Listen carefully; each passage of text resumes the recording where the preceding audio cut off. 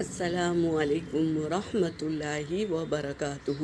اعوذ باللہ من الشیطان الرجیم، بسم اللہ الرحمن الرحیم۔ آج ہم ذکر کی فضیلت کیا ہے یہ جانیں گے کہ ذکر اللہ کو کتنا پسند ہے۔ تو ذکر کی فضیلت یہ ہے کہ حدیث پاک کا مفہوم ہے کہ اللہ کے رسول صلی اللہ علیہ وسلم نے فرمایا، جب شیطان کو جنت سے نکالا جا رہا تھا تو اس نے رب سے کہا، میں تیرے بندے کو اس وقت تک گمراہ کرتا رہوں گا جب تک اس کے جسم میں روح رہے گی، یعنی جب تک انسان کے جسم میں روح رہے گی جب تک شیطان کیا کرے گا؟ گمراہ کرتا رہے گا۔ اللہ کو کہہ رہا ہے کہ میں جب تک انسان کو گمراہ کرتا رہوں گا جب تک اس میں جان ہے۔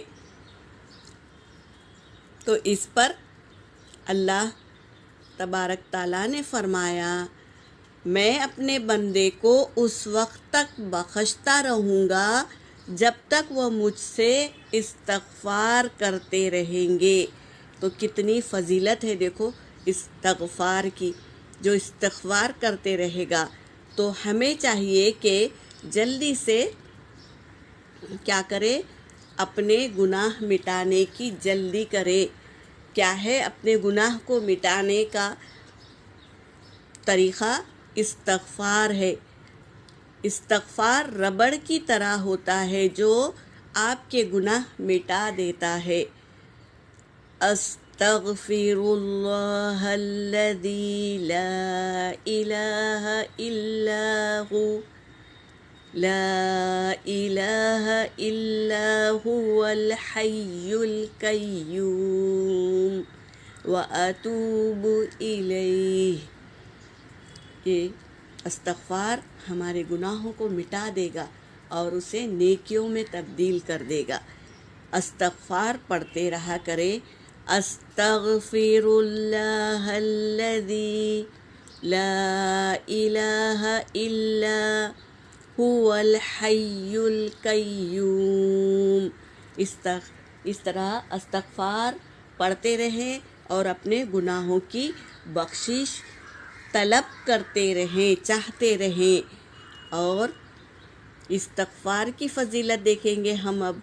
استغفار پڑھنے سے رسول نے حدیث پاک کا مفہوم یہ ہے کہ استغفار رسول صلی اللہ علیہ وسلم کا ارشاد مبارک ہے کہ جو شخص پابندی سے استغفار کرتا ہے اللہ تعالیٰ اس کے لیے ہر فکر سے کشادگی اور ہر تنگی سے راستہ بنا دیتا ہے۔ سبحان اللہ۔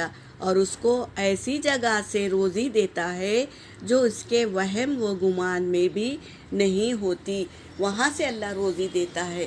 تو اللہ تبارک تعالیٰ ہمیں آپ صلی اللہ علیہ وسلم کے ذریعے یہ قیمتی نعمتیں بتائے ہیں کہ استغفار کرنے سے میں بندے کے گناہوں کو مٹا دیتا ہوں اور اسے نیکیوں میں تبدیل کر دیتا ہوں اور ایسی جگہ سے روزی دیتا ہوں جس کا اسے وہم اور گمان میں بھی نہ ہو، وہاں سے روزی دیں گے۔